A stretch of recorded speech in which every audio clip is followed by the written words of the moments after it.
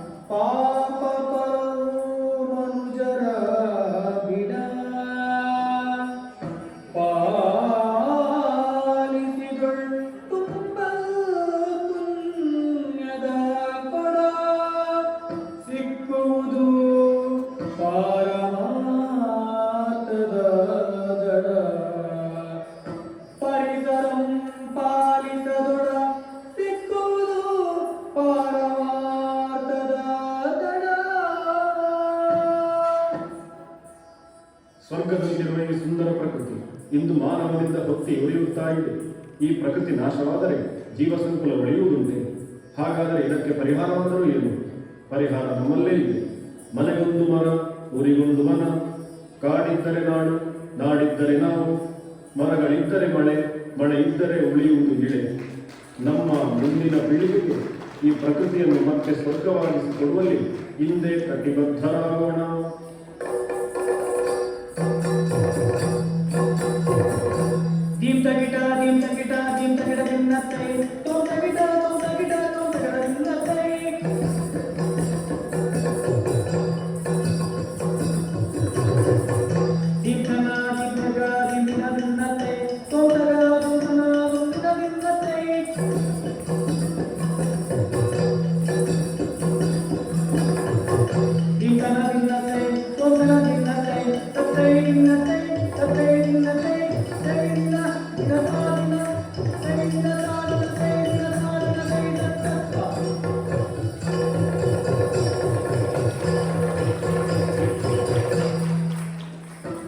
ಗಿರಿ ಶಿಖರಗಳು ಹೊತ್ತಿ ಉರಿಯುತ್ತಿವೆ.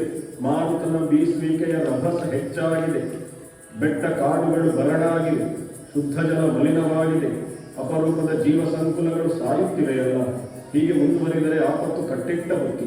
ಕಡಿದರೆ ಮರ, ಬರುವುದು ಬರ. ಅರಣ್ಯ ನಾಶವೇ ನಮಗೆ ಯಮಪಾಶ. ಪ್ರಕೃತಿ ಮಾತೆಯೇ ನಮ್ಮ ಅನ್ನದಾತೆ. ಕಾಡಿದ್ದರೆ ನಾವಿಲ್ಲಿ, ಕಾಡಿಲ್ಲದೆ ನಾವೆಲ್ಲಿ? ಏಳಿ, ಎದ್ದೇಳಿ, ಪರಿಸರ ಸಂರಕ್ಷಣೆಯ ಕಾರ್ಯದಲ್ಲಿ ಸನ್ನದ್ಧರಾಗಿ.